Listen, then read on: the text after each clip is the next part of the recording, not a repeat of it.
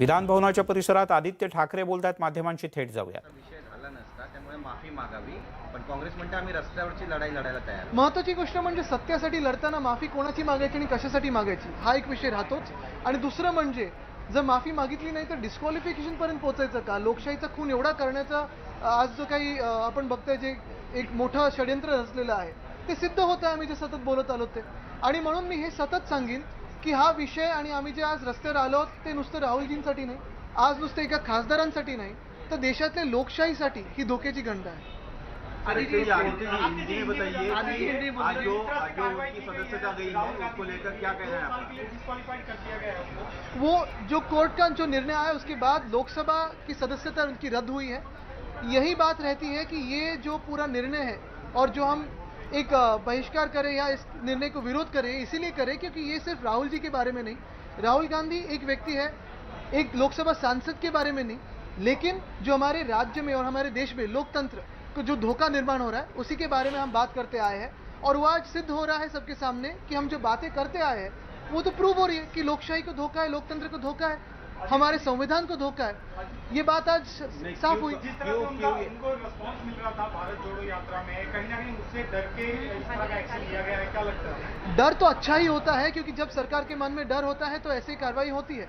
लेकिन अगर हमारा देश सचमुच अभी लोकशाही की तरफ बढ़ता होता होगा तो ऐसी कार्रवाई नहीं होती।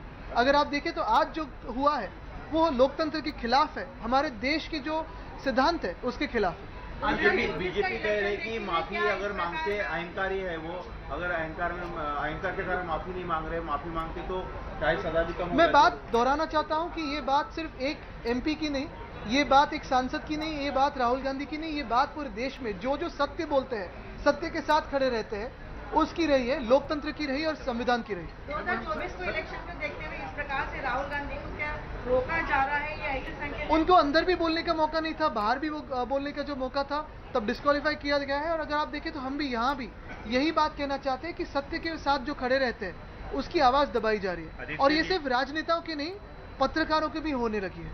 आदित्य जी, कांग्रेस इसको लेकर रास्ते पर उतरेगी, क्या शिवसेना भी शामिल होगी? सबसे अहम बात यही रहती है, जैसे मैंने कहा कि कांग्रेस हो, राष्ट्रवादी कांग्रेस हो, हम हो, महाविकास आघाड़ी यहाँ है, लेकिन पूरे देश में जो भी व्यक्ति सत्य के साथ खड़ा रहना चाहता है, सत्य के लिए लड़ना चाहता है, ये सबके लिए बात समझना जरूरी है कि आज हमारे देश में लोकतंत्र और संविधान को धोखा निर्माण हुआ है, सत्यमेव जयते को धोखा निर्माण हो रहा है, और इसी के लिए मुझे लगता है सभी ने लड़ना जरूरी है।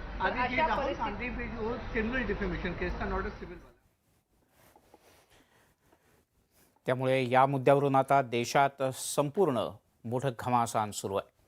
मोदी आडनावाच्या बद्दल मानहानी प्रकरणात शिक्षा सुनावली गेल्यानंतर आता राहुल गांधी यांना मोठा धक्का बसलाय। कारण 2019च्या लोकसभा निवडणुकीच्या प्रचारादरम्यान सर्व चोरांचं आडनाव मोदी कसं असा प्रश्न विचारत राहुल गांधी यांनी पंतप्रधान नरेंद्र मोदी यांच्यावर टीका केली होती। या प्रकरणी काल सुरतच्या न्यायालयानं राहुल गांधी यांना दोषी ठरवत 2 वर्षांची शिक्षा सुनावली। यानंतर आता राहुल गांधी यांचं संसद सदस्यत्व रद्द करण्यात आलंय। यासाठी सर्व प्रकरणानंतर आता राहुल गांधी काय भूमिका घेतात याकडे सगळ्यांचं लक्ष लागलंय। राहुल जी को डिस्क्वालीफाई करने के लिए सारे प्रयास किए हैं और सच बोलने वालों को लोकतंत्र के उसूलों के अनुसार और संविधान के तहत और उसकी रक्षा के लिए और जनता के हकूक के लिए लड़ने वालों का मुंह बंद करने के लिए उनको सदन से बाहर डाला गया है। खोटी तक्रार गुजरातमध्ये सुरतमध्ये टाकून काल माननीय जिल्हा न्यायालयाचा एक निर्णय घेऊन आज राहुल गांधींचा लोकसभेचं सदस्यत्व त्याच्या माध्यमातून रद्द करण्याचं पाप हे ठरवून केलेलं आहे। लोकशाही विरोधी व्यवस्था निर्माण करण्याचं काम भारतीय जनता पार्टी हे ठरवून करताय। बाबासाहेब आंबेडकरांनी दिलेल्या संविधान व्यवस्थेला संपवण्याचं पाप करते आहे आणि म्हणून त्याचा निषेध आम्ही आज विधानसभेत केला। राहुल गांधी यांचं सदस्यत्व लोकसभेचं रद्द केलं हा लोकशाहीवरील हल्ला आहे। भारत जोडो यात्रेनंतर भारतीय जनता पक्ष राहुलजींना आणखी घाबरायला लागला हे सिद्ध करणारा अशा प्रकारचा हा निर्णय आहे. त्यांनी संपूर्ण देशामध्ये पायी चालून 3560 किलोमीटरमध्ये माणसांची मनं जोडण्याचं काम केलं, देशातली मनं जोडण्याचं काम केलं. हे भारतीय जनता पक्षाला नको आहेत. त्यांचा आवाज दाबण्याचा हा प्रयत्न आहे. पण यातला करता करवता कोण आहे हे सुरत कोर्टाचा निकाल आल्या वेळेलाच कळलं होतं. साध्या मानहानी खटल्याच्या बद्दल 2 वर्षाची शिक्षा देण्याचं कारण असं होतं की खासदारकी रद्द करण्याकरता, सदस्यत्व रद्द करण्याकरता किमान 2 वर्षाची शिक्षा घोषित होणं आवश्यक असतं. ती 2 वर्षाची शिक्षा जेव्हा केली होती तेव्हा सरकारच्या डोक्यामध्ये काहीतरी वेगळं चाललेलं आहे याची आम्हाला कल्पना आली होती. अर्थात न्यायिक कारवाई आमची होईल, अपील वगैरे दाखल केले जातील, पण ही न्यायिकच लढाई थांबणार नाही, पण ही राजकीय लढाई देखील आम्ही या ठिकाणी लढू. काही लोकसभा सदस्यांनी प्रश्न विचारण्यासाठी पैसे घेतले असं रेकॉर्डिंग आलं होतं. तेव्हाही संसदेच्या श्रेष्ठ प्रथा परंपरा विचारात घेऊन अशा सर्व लोकांचं सदस्यत्व हे रद्दबदल करण्यात आलं होतं. आता पुन्हा एकदा संसदेची गरिमा, संसदेची प्रतिष्ठा, संविधानाच्या चौकटीमध्ये जे योग्य आहे त्याचा निर्णय करण्यात आला आहे. आमचा न्यायालयावर भरोसा आहे. यांच्यासारखं दुटप्पीपणाची भूमिका आमची नव्हे. संजय राऊत यांना न्यायालयाने जामीन दिला तर न्यायालय बरोबर, पण राहुल गांधी यांना शिक्षा दिली तर हुकुमशाही. भारतीय सामान्य नागरिकाला कायद्याचं राज्य हवंय आणि कायद्याच्या राज्यामध्ये अपेक्षित अशी कार्यपद्धती सरकारची हवी आहे. ती या सरकारची 100% आहे. ये देखिए, ये तो सब कानूनी बातें हैं. कोई भी एमएलए रहो या एमपी रहो, उसके ऊपर जब कोई एक आधा गुनाह सिद्ध होता है तो उसकी पनिशमेंट उसको दी जाती है और उसके लिए अपील के चांस है. ऐसा कुछ नहीं है, आप अपील कर सकते हो. इसलिए जो कानून में लिखा है सबके लिए जो है वो उनके लिए लागू हुआ. राहुल गांधी इसके बहुत बड़े हैं या तो दूसरा कोई एमपी है बहुत छोटा है, ऐसा नहीं कहता. एमपी होता है, एमएलए होता है और सबके लिए कायदा ये उसकी सिर्फ अभी इम्प्लीमेंट हो रहा है, ये बड़ी बात है. तिकडे राहुल गांधी यांची खासदारकी रद्द झाल्यानंतर उद्धव ठाकरे यांनी देखील भाजपवर जोरदार हल्ला चढवलाय. सर्व सरकारी यंत्रणा दबावाखाली असल्याची टीका त्यांनी केली. चोराला चोर म्हणणं हा देशात गुन्हा आहे का, असा प्रश्नही त्यांनी उपस्थित केला.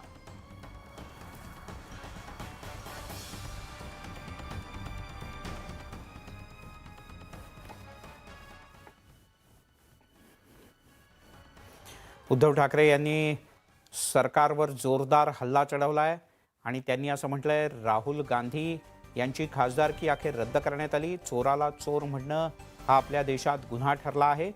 चोर आणि देश लुटणारे आजही मोकळे आहेत आणि राहुल गांधी यांना शिक्षा ठोठावली गेली. लोकशाहीचे हे सगळं हत्याकांड आहे. सर्व सरकारी यंत्रणा दबावाखाली आहे. हुकुमशाहीच्या अंताची ही सुरुवात आहे. फक्त त्या लढाईला दिशा द्यावी लागेल, असं उद्धव ठाकरे यांनी आपली प्रतिक्रिया देताना म्हटलं आहे. वळूयात अन्य काही बातम्यांकडे. देशपातळीवरचा सगळ्यात मोठा महापशुधन एक्स्पो म्हणजेच महापशुधन मेळावा सध्या अहमदनगर जिल्ह्यात शिर्डीत सुरू आहे. पण या महापशुधन एक्स्पोच्या निमित्तानं राजकीय टोलेबाजी सुद्धा पाहायला मिळाली. कृषी मंत्री अब्दुल सत्तार यांनी यावेळी संगमनेरी घोड्यांचं कौतुक केलं, पण असं करतानाच त्यांनी संगमनेरच्या घोड्यांची चा लगाम हा विखे पाटलांकडे आहे अशी मिश्किल टिप्पणी केली. सत्तार यांनी बाळासाहेब थोरात यांचं थेट नाव घेतलं नसलं तरी उपस्थितांमध्ये मात्र चांगल्या चर्चा रंगल्यात.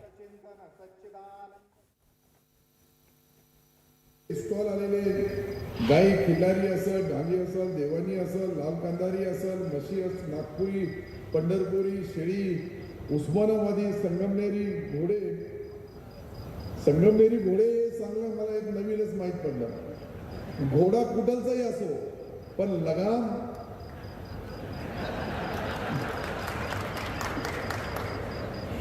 खरे संगमनेरच्या घोड्याचीही लगाम तुमच्या हातामध्ये होईल. इथे लिहिलेलं आहे, मी नाही.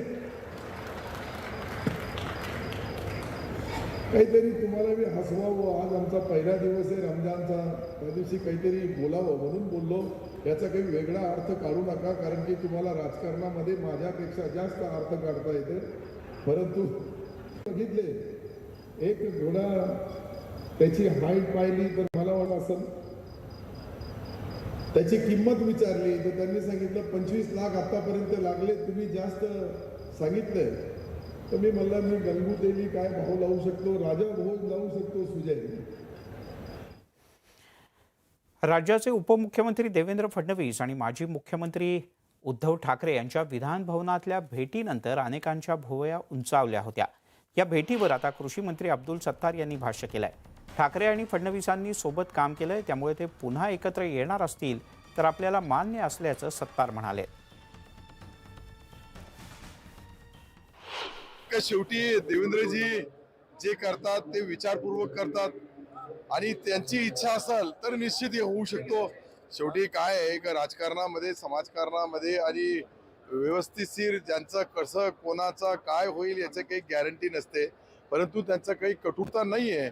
दोघंही शेवटी 30 वर्ष सोबत काम केलेले आहे, म्हणून त्यांनी देवेंद्रजीने जो निर्णय घेतला तो सर्वांना मान्य राहील.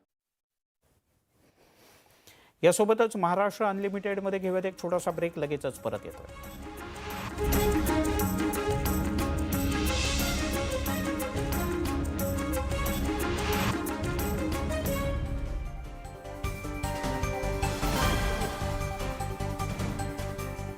नंतर आपल्या सगळ्यांचं पुन्हा एकदा स्वागत.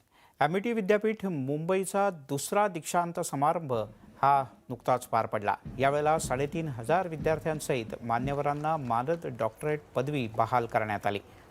ॲक्सिस बँकेचे MD अमिताभ चौधरी, कॅन्सर तज्ज्ञ डॉक्टर राजीव अग्रवाल, वकील निशिथ देसाई आणि कॅलिफोर्निया विद्यापीठाचे डीन रॉबर्ट सस्किन यांना मानद पदवी देण्यात आली. विद्यापीठाचे कुलपती डॉक्टर असीम चव्हाण, कुलगुरू डॉक्टर AW संतोष कुमार यांच्या हस्ते हा पदवीदान समारंभ पार पडला.